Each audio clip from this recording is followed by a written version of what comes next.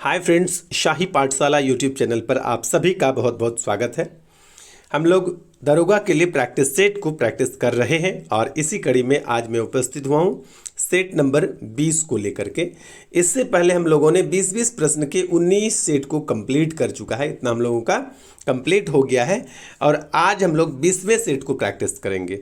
20वां set जब आपका complete होता है तो आप लोग कुल मिलाकर के 400 बहुत ही महत्वपूर्ण दरोगा एग्जाम के लिए जो प्रश्न होता है सेलेक्ट किया हुआ इम्पोर्टेंट, वो आप लोग बना चुके होंगे।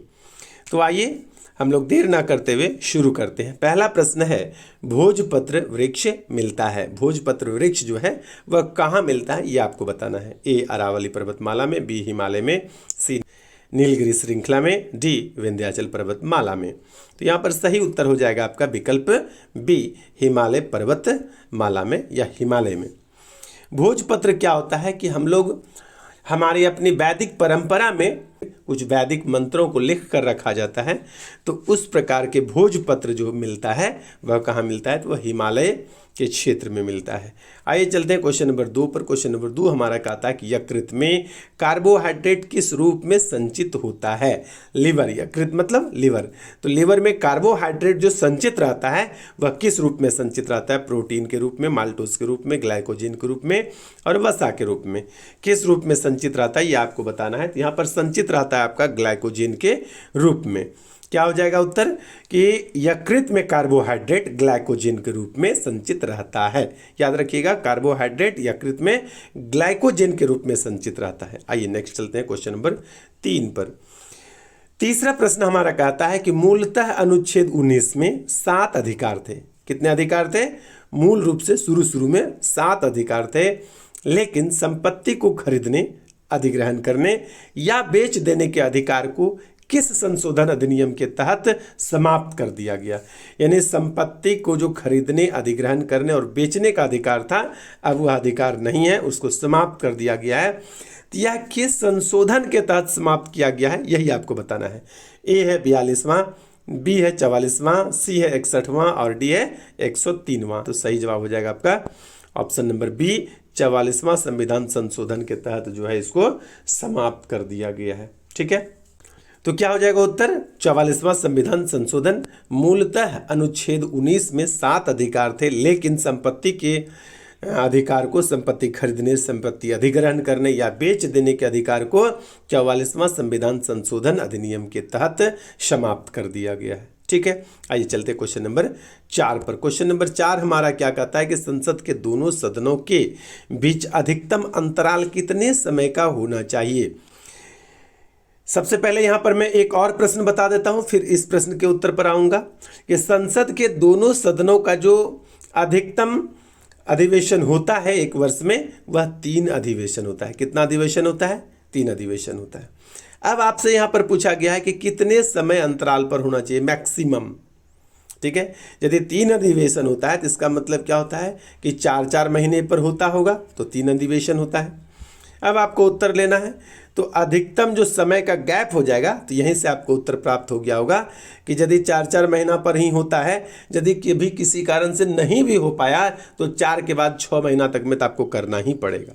ठीक है, तो यहाँ पर सही उत्तर हो जाएगा विकल्प बी, संसद के दोनों सदनों के बीच अधिकतम मैक्सिमम अंतराल जो है, मैक्सिमम समय का डिफरेंसेस जो है 6 महीने के बीच होना चाहिए, इससे ज़्यादा नहीं। आइए नेक्स्ट चलते हैं क्वेश्चन नंबर 5 पर। निम्नांकित में कौन सा वाक्य सही नहीं है, आपको बताना है कि जो, अच्छा वाक्य के बदले आप ये नहीं सोचिएगा कि हिंदी का प्रश्न पूछा गया है, वाक्य लिखा हुआ है, तो वाक्य के बदले आप कथन यहाँ पर सोच सकते हैं कि निम्नांकित में से कौन सा कथन जो है सही नहीं है। ठीक ना, वाक्य जैसे बोलते हैं ना तो लगता है कि हिंदी का है, वाक्य शुद्ध करना है। यहाँ पर क्या होगा? सही कथन नहीं है। पहला है आपका फूल एक रूपांतरित तना है। दूसरा है नारियल के फल को ड्रूप कहते हैं। तीसरा है सोलेनेसी में आधारी विजांडान्यास होता है। और चौथा है प्याज लिलियेसी फूल का पौधा है। प्याज क्या है? लिलियेसी फूल का पौधा है। तो सही उत्तर क्या हो जाएगा आपका? सही उत्तर हो जाएगा आपका विकल्प सी, सोलेनेसी में आधारीय विजांडान्यास जो है होता है, यह सही नहीं है। तो सोलेनेसी में अक्षीय बीजांड न्यास होता है। इसमें क्या लिखा हुआ है? आधारीय। और होता कैसा है? अक्षीय। सोलेनेसी फैमिली जो है उसमें अक्षीय बीजांड न्यास होता है, ना कि आधारीय। तो ये आपका गलत है, तो विकल्प से यहाँ पर सही उत्तर हो जाएगा। आइए चलते हैं क्वेश्चन नंबर 6 पर। क्वेश्चन नंबर 6 हमारा क्या कहता है? प्रकाश संश्लेषण में ऑक्सीजन कहाँ से मुक्त होता है? पूछा गया है कि प्रकाश संश्लेषण में ऑक्सीजन कहाँ से मुक्त होता है? ए पर्णहरित से, बी कार्बन डाइऑक्साइड से, सी जल से, और डी फॉस्फोग्लिसरिक अम्ल से। तो सही जवाब हो जाएगा आपका जल से। ठीक है, कहाँ से मुक्त होता है? तो जल से। जो ऑक्सीजन आता है वाष्पोत्सर्जन की क्रिया के दौरान, या फिर आप कह सकते हैं कि प्रकाश संश्लेषण की क्रिया के दौरान, वो कहाँ से आता है? तो जल से ही प्राप्त होता है ऑक्सीजन। H2O सूत्र होता है वैसे। अच्छा, यदि कहेगा कि प्रकाश संश्लेषण में ऑक्सीजन जो निकल रहा है उसमें जल तो आया, वाष्पोत्सर्जन की क्रिया कहाँ से होती है? तो पत्ती के स्टोमाटा से। ठीक ना, पत्ती के रंध्र छिद्र से। हिंदी में होता है रंध्र छिद्र और अंग्रेजी में उसको बोलते हैं स्टोमाटल पोर से। तो पूछेगा कि पत्तियों में वाष्पोत्सर्जन की क्रिया कहाँ से होती है? तो सही उत्तर हो जाएगा आपका स्टोमाटल पोर से या रंध्र छिद्र से। आइए नेक्स्ट चलते हैं क्वेश्चन नंबर 7 पर। 7 कहता है कि पुस्तक द रिपब्लिक जो एक बुद्धिमान समाज का विवरण प्रस्तुत करता है, किसने लिखा है? तो ए है लियो टॉल्स्टॉय, बी है सुकरात, सी है जॉन रस्किन, और डी है प्लूटो। तो सही जवाब यहाँ हो जाएगा आपका विकल्प डी, प्लूटो। यानी कि पुस्तक द रिपब्लिक जो एक बुद्धिमान समाज का विवरण प्रस्तुत करता है, प्लूटो ने लिखा है। किसने लिखा है? प्लूटो ने। द रिपब्लिक के लेखक कौन हुए? प्लूटो। आइए नेक्स्ट चलते हैं क्वेश्चन नंबर 8 पर। क्वेश्चन नंबर 8 हमारा कहता है अगर किसी पारिस्थितिकी तंत्र से अपघटकों को नष्ट कर दिया जाए तो क्या होगा? ठीक है, अगर किसी पारिस्थितिकी तंत्र से अपघटकों को नष्ट कर दिया जाए तो क्या होगा? आपको ये बताना है। ए ऊर्जा का प्रवाह रुक जाएगा, बी खनिजों का प्रवाह रुक जाएगा, सी अपघटन की दर बढ़ जाएगी, डी प्रकाश संश्लेषण की क्रिया रुक जाएगी। तो यहाँ पर सही उत्तर हो जाएगा आपका विकल्प बी, यानी खनिजों का प्रवाह जो है वह रुक जाएगा। अगर किसी पारिस्थितिकी तंत्र से अपघटकों को नष्ट कर दिया जाए तो क्या होगा? खनिजों का प्रवाह रुक जाएगा। ठीक है, आइए चलते हैं क्वेश्चन नंबर नेक्स्ट 9 पर। लिखा हुआ है वेसलाइन शब्दावली का प्रयोग किया जाता है। शब्दावली है वेसलाइन, खेल से रिलेटेड है। आपको बताना है 4 में से एक कौन सा सही होगा।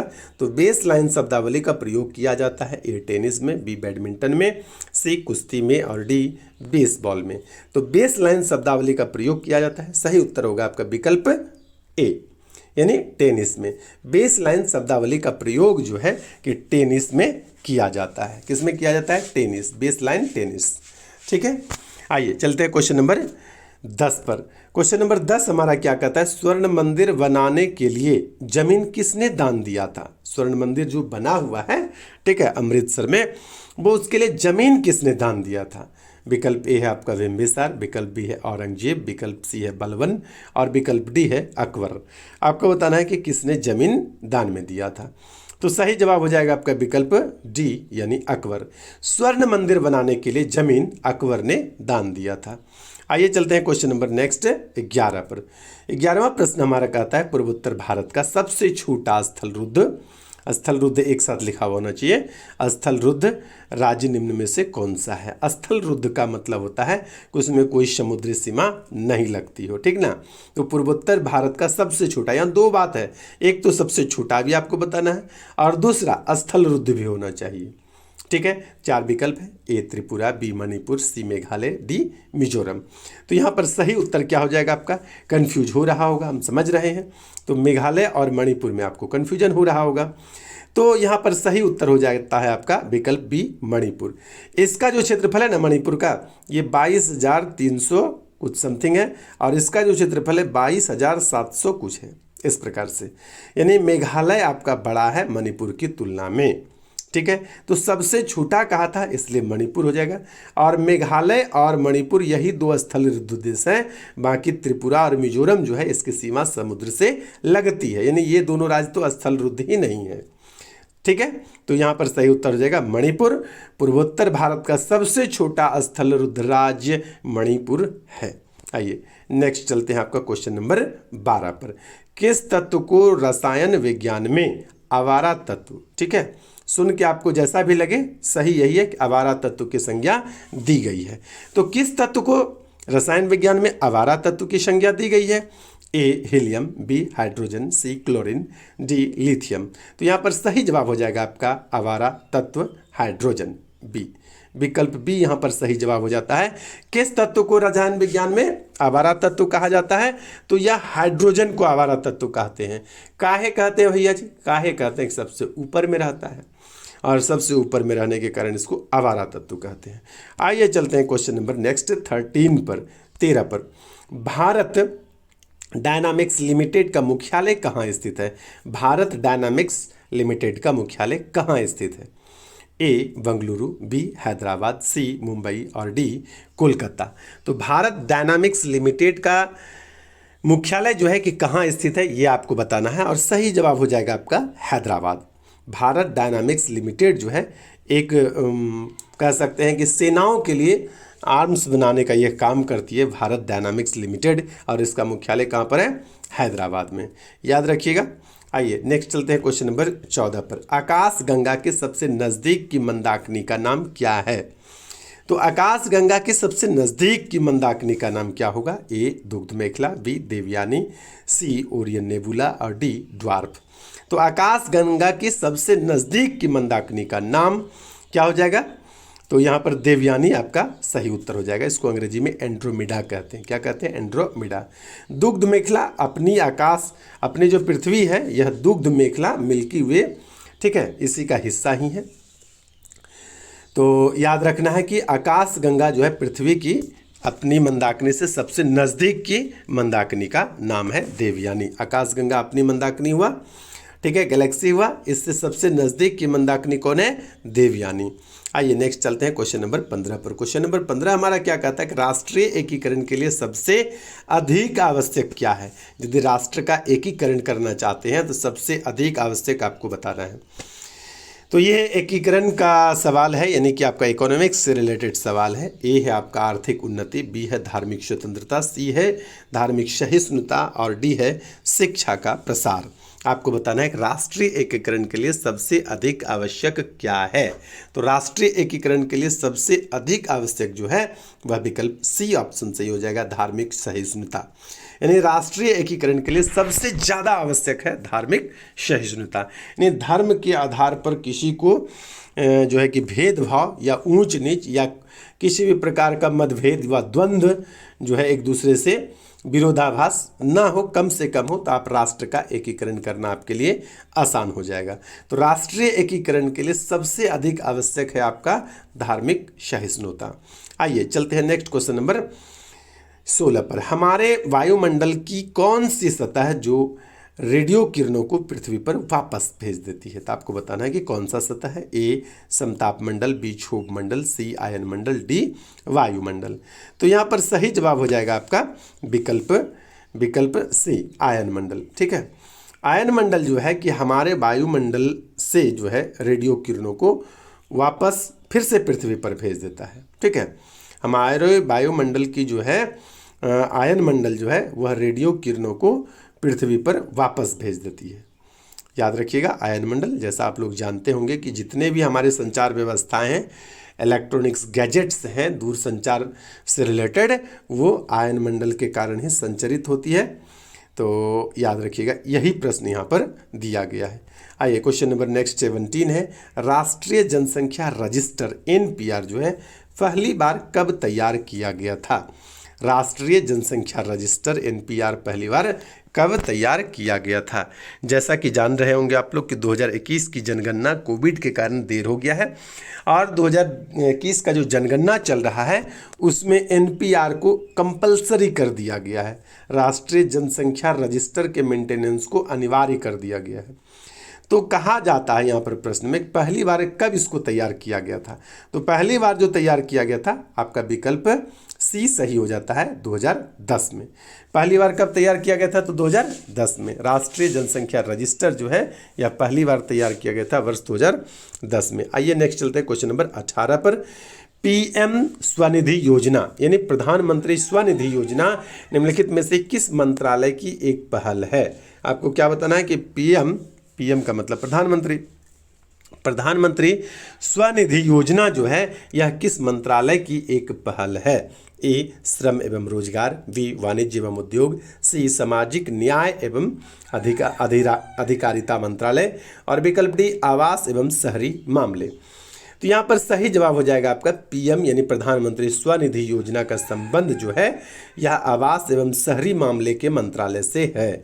आवास एवं शहरी मामले के मंत्रालय से है प्रधानमंत्री स्वनिधि योजना। ठीक है, इसमें कोविड के समय में जो बेघर हुए लोग हैं उनके लिए आवास मुहैया कराना जो है पीएम स्वनिधि योजना का मुख्य उद्देश्य है। और भी उद्देश्य है लेकिन मुख्य उद्देश्य यही है। आइए चलते हैं क्वेश्चन नंबर आपका 19 पर। 19 है अंतर्राष्ट्रीय मातृभाषा दिवस कब मनाया जाता है? अंतर्राष्ट्रीय मातृभाषा दिवस कब मनाया जाता है? तो यहाँ पर 4 विकल्प है आपके पास, 21 फरवरी, 22 मार्च, 8 अप्रैल, 21 अगस्त। 4 में से सही जवाब हो जाएगा आपका विकल्प ए यानी 21 फरवरी। अंतर्राष्ट्रीय मातृभाषा दिवस जो है 21 फरवरी को मनाया जाता है। अंतर्राष्ट्रीय मातृभाषा दिवस कब मनाते हैं? 21 फरवरी को। आइए चलते हैं आज के अंतिम प्रश्न पर। अंतिम प्रश्न पर चलने से पहले मैं आपको एक रिक्वेस्ट करता हूं कि यदि आप रेगुलर हमारे चैनल पर बने हुए हैं, वीडियो निश्चित ही अच्छा लग रहा होगा। यदि अच्छा ना भी लग रहा होगा तो इस उम्मीद से आप लगे रहिए वीडियो पर शाही पाठशाला के साथ कि बहुत मेहनत के साथ सेट को तैयार किया जाता है। प्रत्येक एक प्रश्न को बनाने से पहले आपके प्रीवियस ईयर पर ध्यान रहता है, बीएसएससी के बदले गए पैटर्न पर ध्यान रहता है और आने में क्या संभावनाएं हो सकती है। बहुत तरह की छंटनी के बाद मैं आपके लिए प्रश्न को कलेक्ट करता हूं। उस प्रश्न को भी मैं कम से कम डालने का प्रयास करता हूं जो बार बार पूछे जाते हैं और प्रश्न बहुत आसान है। बार बार पूछे जाने वाले को तो मैं शामिल करना ही चाहता हूं, लेकिन जिसकी प्रकृति बहुत इजी टाइप की है, आसान है, लगभग सब लोग जानते हैं, उस तरह के प्रश्न को मैंने यहाँ पर नहीं लिया है। कारण यह है कि मुझे नए नए स्टूडेंट्स को सिखाना नहीं है, क्योंकि नए स्टूडेंट्स का सिलेक्शन दरोगा जैसे एग्जाम में नहीं होना है, वो जाए बिहार पुलिस या उससे और किसी नीचे एग्जाम में। दरोगा जैसे बड़े परीक्षा की तैयारी एक अच्छे स्टूडेंट से होना जिनकी बेसिक जानकारी अच्छी हो। उसके लिए ज़रूरी है कि एक अच्छे प्रश्न स्टैंडर्ड कलेक्ट करके आपको प्रोवाइड कराना, जो मैं शाही पाठशाला के माध्यम से यूट्यूब चैनल के माध्यम से आपको करवा रहा हूँ। आइए चलते हैं क्वेश्चन नंबर 20वां यानी अंतिम प्रश्न पर। और अंतिम प्रश्न आज का हमारा है, मेथनॉल अर्थव्यवस्था कार्यक्रम किसके द्वारा शुरू किया गया है? मेथनॉल अर्थव्यवस्था कार्यक्रम जो है यह किसके द्वारा शुरू किया गया है? 4 विकल्प है। ए नवीन नवीकरणीय ऊर्जा मंत्रालय, बी प्रधानमंत्री कार्यालय, सी नीति आयोग और डी विज्ञान एवं प्रौद्योगिकी मंत्रालय। तो मेथनॉल अर्थव्यवस्था कार्यक्रम जो है विज्ञान एवं प्रौद्योगिकी मंत्रालय के द्वारा जो है शुरू किया गया है। क्योंकि मेथनॉल आपको जैसा सुन के भी लग रहा होगा कि इस प्रकार का काम विज्ञान लोग ही कर सकता है, साधारण लोगों से सब होना जाना नहीं है। तो मेथनॉल अर्थव्यवस्था कार्यक्रम जो है विज्ञान और प्रौद्योगिकी मंत्रालय के द्वारा शुरू किया गया है। तो इस प्रकार से आप लोगों ने तटस्थतापूर्वक निरंतरता बनाते हुए लगातार शाही पाठशाला के वीडियो को देख रहे हैं। आप अपने दोस्तों को भी इस वीडियो को शेयर कर दिया करें ताकि आपके सबसे नज़दीक के दिली फ्रेंड को जो है कि इस वीडियो का लाभ मिल सके। बने रहिए शाही पाठशाला के साथ। आज के लिए इतना ही, धन्यवाद।